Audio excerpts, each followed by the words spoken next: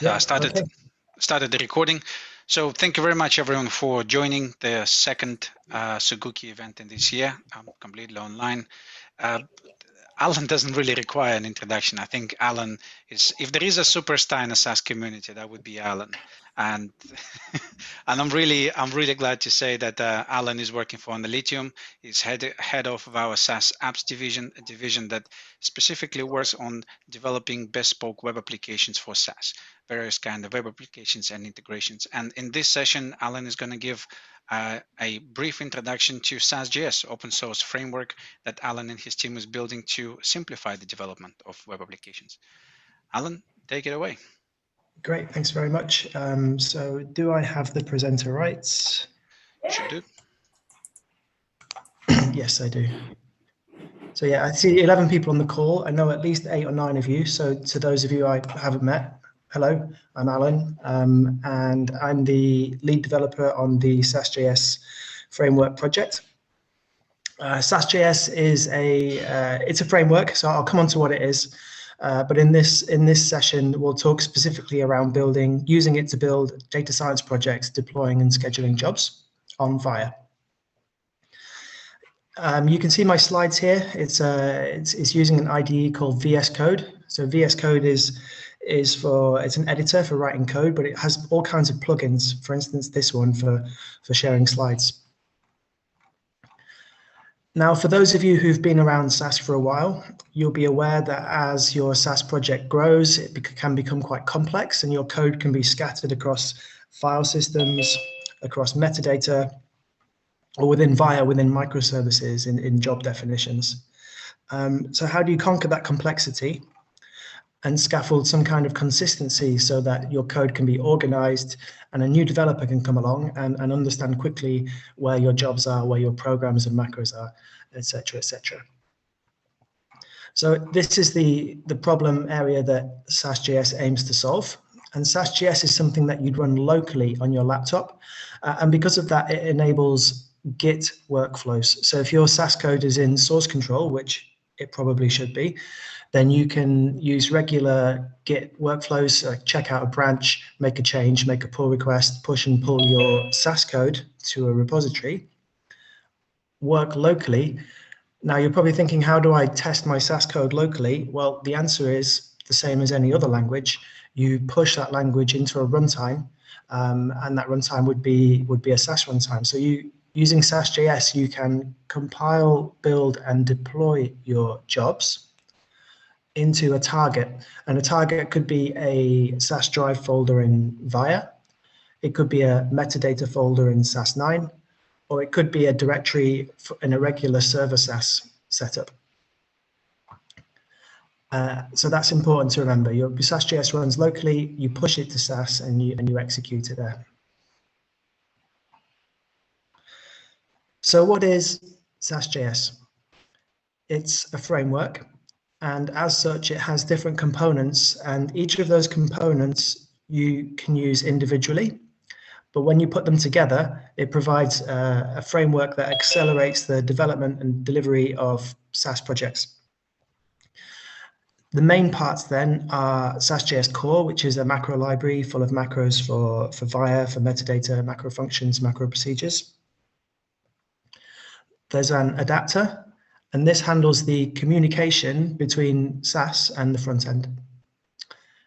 And then the front end in our case will be the command line interface. So the CLI is a local tool, a command line utility that is used to, it's the DevOps, the continuous integration, continuous deployment of your jobs, services, etc.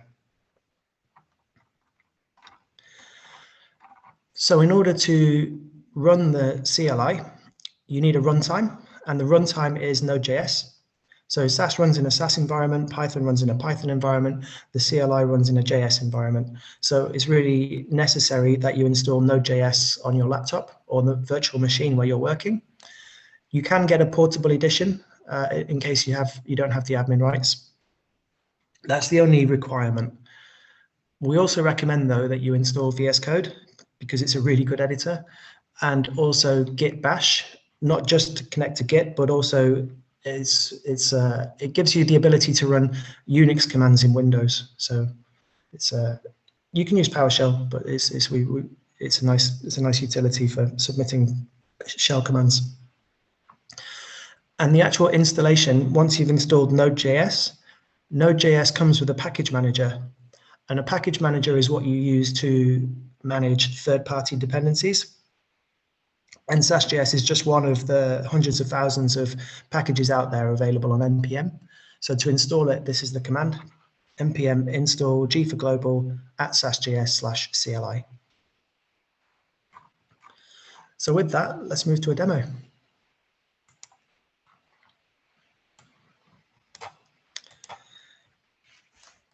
So I'm on the terminal. I've installed Sas Js. What I'm going to do is create an example project. I'll call it example with a template of jobs. And that template is kind of here's one I prepared earlier, and it already has some jobs and a flow already set up. So that saves me typing it out.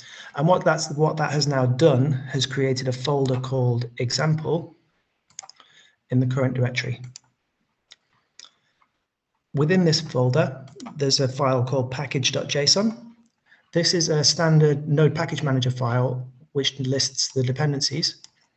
The only dependency here is the macro library, fixed to version 2.9, and that's available in that Node modules folder. I've also defined some scripts, so I'll come back to these. These are just shortcuts for some Sas Js commands. What else is in here? I've got a Git Ignore file. So within my project, there's some things that I probably wouldn't commit to source control. For instance, my local copy of the dependencies.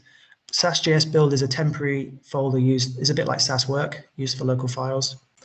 And the .env file contains my credentials, so I wouldn't want to commit that to source control. What else do I have? I have a DB folder organized by a libref, and this is where I would put the DDL for each of my tables.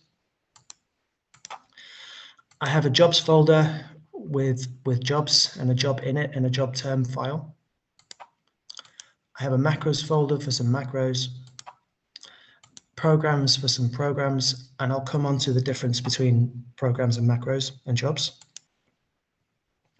And I have a Sas Js folder. And within this folder is probably the most important file, because as a new developer in a Sas Js project, this is the first file I would look at, because this file describes the entire project. It tells me where the macros are, it tells me where the jobs are, where the job init and job term file are, where the programs are, and it also defines the targets. So a target is the place where I would deploy and execute my project. I can have multiple targets. I could have a dev, test, and production target. I could have a SAS Viya and a SAS 9 target. So this is an array of targets. What I don't have here is a server URL, because I've just cloned this from a GitHub repository. So I'm going to add that now using a command called sasjs add cred. So I'm going to add it specifically to the Viya target. So yeah, so what I want to do is associate a URL and some credentials to this target. So first off, I would enter a client and a secret. This is something you would get from your SAS administrator, and that's an app ID that you would use to connect to Viya on your behalf. So I've got a default here that it's picking up from my .env file and the secret. And now, where's this? Oh, I'm in the wrong repository. One sec. If I change into the example, here we go. In sasjs add cred target Viya. So I need to be, when I run the command, I need to be in the local directory where where my Sas Js config file is. So now I'm going to enter the URL of my SAS server. So I'll use the Analytium one.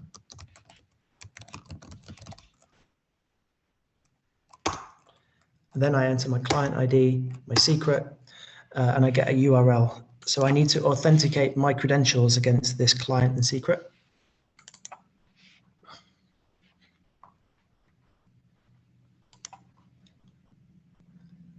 And that will give me an authorization code.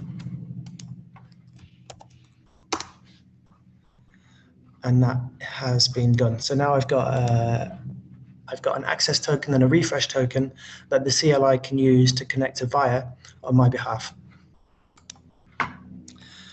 Great. Okay. So now if I look at my SASjs config file, I've got my server URL and some additional attributes. So let's take a look at some jobs. If I open the first job, the first thing to notice is this header section has a specific format. Now this /***/,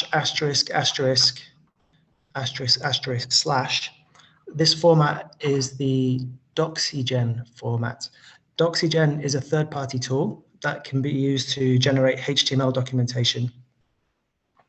So by putting this specific header format in each of your jobs, you can generate a documentation site, which I'll show at the end.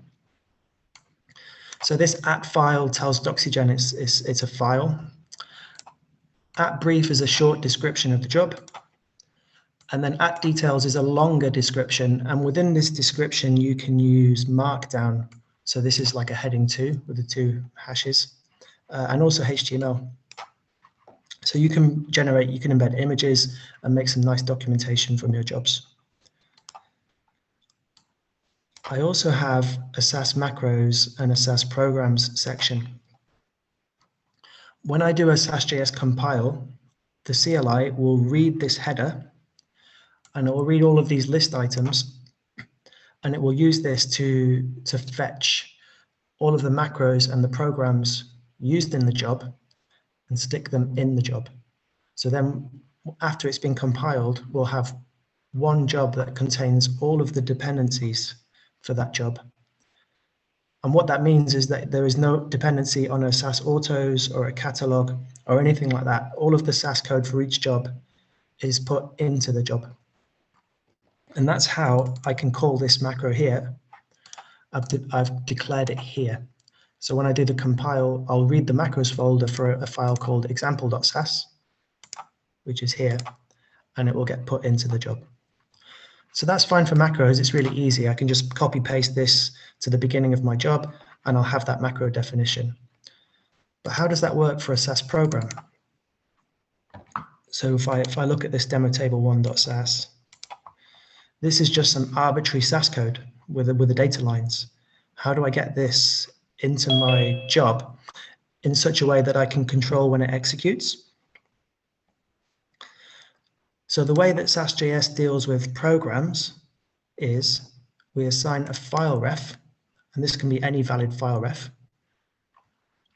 And then that program will get wrapped in put statements, and you can just include it by listing the name of the file ref. So if I wanted to run fref2 before fref1, I could just move that to there.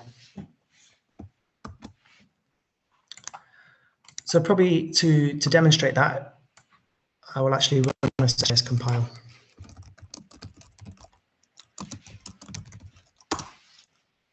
So the Sas Js compile will read all of the job folders and all of the jobs in those job folders. It will extract all the dependencies, so all the SAS macros and programs. It will also extract the dependencies of the dependencies. And then in my temporary Sas Js build folder, it will create one file per job. And then this file contains the macros, the programs, and you can see here this is wrapped in put statements. If this was very wide, it would use a trailing @ symbol to wrap the code and assign it to the user provided file ref. I've then got my job in it. I've then got my job itself, and then finally the job term. And I have all of my jobs here, all 5 of them. So that's great. I've got my 5 jobs. They're all self-contained. They've got all of the dependencies in them. How do I get this into Viya? Before I move it to Viya, I mean, there's 5 jobs here, but there could be 500. It would be handy to have a build pack. So if I run the build command, this will take the 5 jobs and condense them into a single JSON file.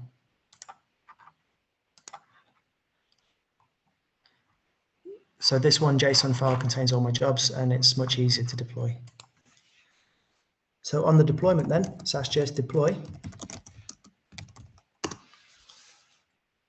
that will deploy the JSON file to the app lock that I defined in my target. So it's going in SAS drive to public/SASjs/jobs. Those 5 jobs are being created there. So that's done. They're deployed.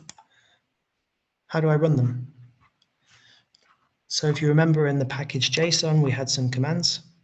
So rather than type out this SASjs job execute command, I'm going to run npm run exec, which is an alias for SASjs job execute. And then I have the path to the job. And then I define the location where I want the log to go, and then which target to run it on. Interestingly, I had an error. So I'll take a look at the log.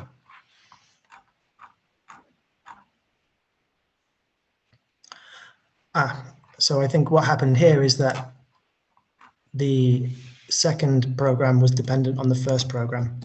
So I just changed the order of these programs, hit save, and I'll do a SASjs. I can do a compile, build, and deploy in one command, cbd. So that will recompile the job, recreate the build file, and do the deployment all in one hit. So that's what that's now doing, is deleting that folder on the server and then redeploying all of those jobs. So now I'll rerun that job. So it's found the job, it's now submitted, it polls the session, and now it's finished, and that was a success. And here's my log. So that's great for running one job, but what if I have lots of jobs and they're all dependent on each other? For that, we can define a flow. So this is a JSON file. You can run in waves. So you can have a bunch of jobs that run at the same time, and then you can have certain jobs that depend on the successful execution of previous waves. And the syntax for that is also in the package JSON, SASjs flow execute. So I'll run npm run flow, which is an alias for SASjs flow execute. You say the source, which is the source JSON, the location of the logs, and it also creates a CSV file with the results. Each job, it also fetches the PID, so you know where it's running on the server. And then there's the CSV file. So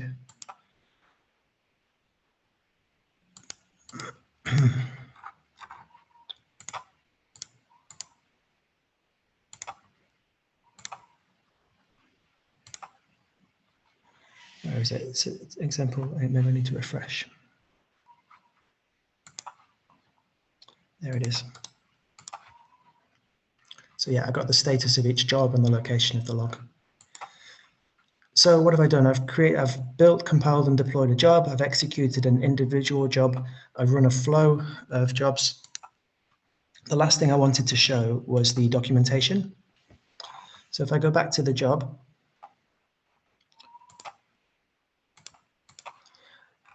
so I've talked about macros and dependencies. You can also, in SASjs, define data inputs and data outputs. So this is optional, and it's down to the developer to list these. But if you list your data inputs and data outputs, you can also generate a data lineage. So if I run a SASjs doc, this command has a dependency on Doxygen, so you'll need Doxygen on your machine. And this SASjs doc is a wrapper for calling Doxygen. So it reads the SASjs config file, and then it'll document all of the jobs all the code listed as jobs in the config file. So that has now created a docs folder. And if I open this,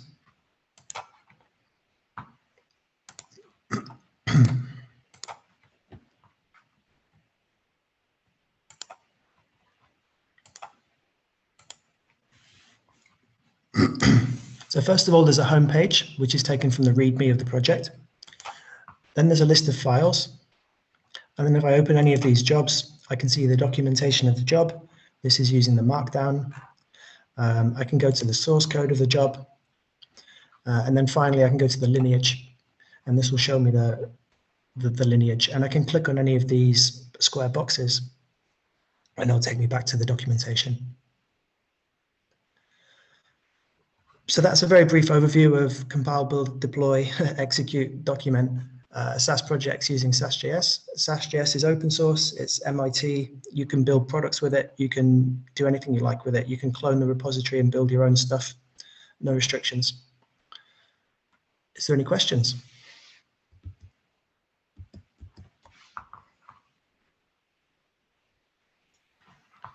There's no questions in the chat yet. You feel free to unmute yourself or ask a question, or you could pop it in the chat and then I'll voice it. While we're waiting for questions, Alan, let me ask a question. I know you just used it for one of the projects you're working on at the moment. Could you put Sas Js in a real world scenario? So take that project without naming the customer and the nature of the project. What kind of benefits Sas Js gave you and your team in the data science project? Well, first of all, it enabled us to use, the customer had GitHub Enterprise. So we initially tried setting up GitHub using SAS Studio, but the way that it was deployed was every user had the same sys user ID, which meant that they were sharing a home directory, and Git doesn't work very well if you share the same directory. It really needs every developer to have their own individual instance of a cloned repository because everyone's working in different branches. So one of the big things was that it enabled everybody to work in their own branches with their own clone of the repository and build feature branches and push them in. Secondly, by having all the code in GitHub rather than on different folders in SAS Drive, you had the ability to search all the code base and everyone could review each other's code. So it became much easier to kind of navigate the code base. By using VS Code as the IDE, we got the benefits of all of the. There's a lot of functionality. I mean, you could have a whole session just on the functionality of VS Code. It's a really good IDE. There's a lot of find and replace, multi-line select, just new features being added all the time. Auto formatting JSON, things like that. So we got to work in VS Code. And then deployments. So it was just trivial to take code from development and push it to a test environment or a UAT environment. We just Sas Js deploy. So that was great because and then the other thing was because we're working in Git and it's all local. If somebody changes a semicolon, everybody knows about it. You can track all of the changes to the code wherever those changes are made. And then, and also because this particular customer didn't have the flow manager licensed, the Sas Js flow capability provided a way to run all the jobs, and there was a few dozen jobs, or 40 or 50 jobs, a way to run those without, because the other way would have been to create something in SAS with like percent includes, but then we would have had to have issues like session management. And also because some of these jobs took a long time to run, so it provided a way to restart the jobs. Okay, that's clear. And the tool itself is SASjs.io, correct? Yeah, SASjs.io is the starting page. So all the stuff with the CLI that I showed today is documented on cli.sasjs.io. So okay. In fact, if I just share my screen, I'll just demonstrate that. With CLI, well, if you go to sasjs.io, that's the main page. and then go into SASjs CLI. There's a link here as well, cli.sasjs.io. These are all the commands. We've got more being added. And then the Sas Js Config file is also documented here, so you can see where all the configuration is explained. Okay. And Andrew Farrer is asking in the chat if doxygen.nl website is correct website, but I assume SASjs has its own integration with the doxygen. Is that also documented on the website? Doxygen.nl, correct. That is the location of the Doxygen tool. So if you want to use the sasjs doc command, you do need to download this separately. Yeah, so normally we use Node.js, but there is not a Node package manager project for Doxygen. There is for GraphViz, which is how we can generate the graphs, but not for Doxygen. The one that's on there is actually just a wrapper for this. So we use it directly. Okay. Has anyone else got any other questions?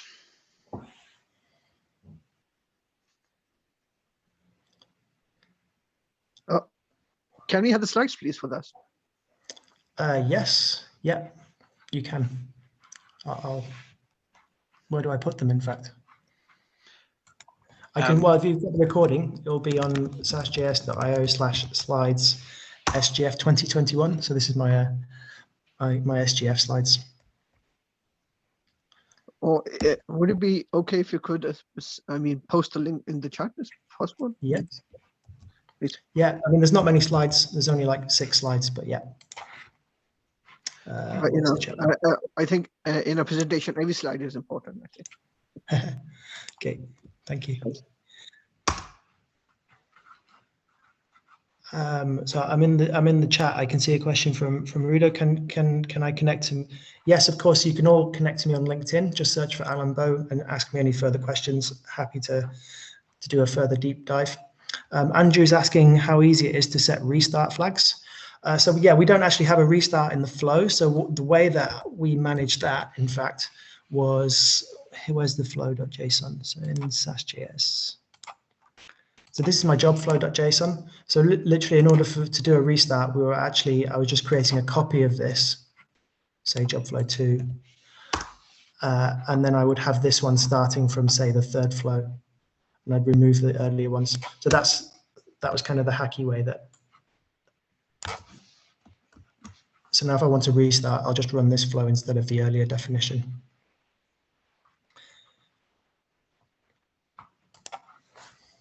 Okay. Can I ask, during this process, what did you find the most challenging? Windows, because we all use Macintosh and Unix, but then as soon as we run these things in Windows, like all kinds of other crazy things would happen. So for instance, yeah, we've just done a pull request on somebody else's library because where you saw earlier when I was doing the SASjs add. So this gives you a series of prompts. So there you go. So which is really nice. You can go up and down. It's really easy to use. But on Windows, this part here was the cursor was being displayed incorrectly. Works fine on Mac and Unix. And so what we've actually done is we've gone to their repository and we fixed it for them so that we can use it back in our own repository. But yeah, just that, and also on Windows, when we had a long-running job, and this plagued us for a long time, the request would just suddenly halt, and we get a strange error. So yeah, I think there's some background processes happening that would cut it off. But obviously, if you're running a job, you want that job to keep running till the end, so you can fetch the log. So we've put some wrappers around that now. But yeah, I'd say working in Windows was the hardest bit. Thanks. Just for the strange things that would happen when you're running things locally. Yep, definitely. Thanks a lot. Allan, correct me if I'm wrong. This is not only for managing the jobs. The SASjs can also be used as a foundational framework for building web applications. Yes, and that's the history of it. So yeah, The adapter was originally built for the browser, and hence why it's built in JS, and that's what we use to build Data Controller, which is our main product. So it's been hardened from that context. And then once we started doing some data science projects, actually found out that this was a really big accelerator for delivering value on regular SAS projects. So there's some other commands in here like SASjs db. So that will take all of the DDL from the DB folder. Okay, so it's not defined, but if you follow the structure of having one subfolder per libref and then the DDL in here, it would create like a DDL script for you.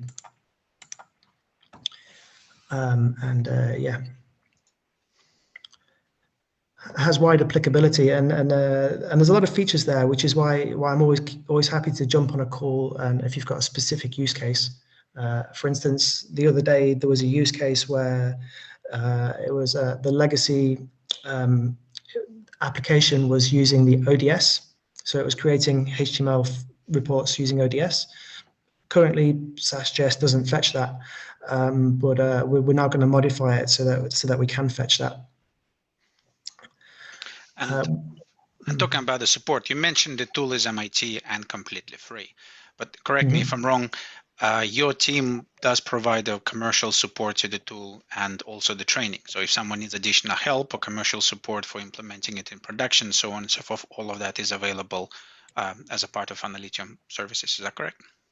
Absolutely, yeah. So I mean, I'd hope the documentation is good enough, but also there's an element of when you start a project, it's really nice to get everything set up and everybody working in the right direction from the beginning. So we could either do a short training session on that, or we could actually come in at the start of your project and get everything set up so that you're ready to scale. So we provide professional services on that side. And also, if there's something in the framework that you think should be there, then we can use some developer days to add that feature in. And on that note, I think if there is no more questions, I don't see any new questions in the chat. Anyone else got any more questions?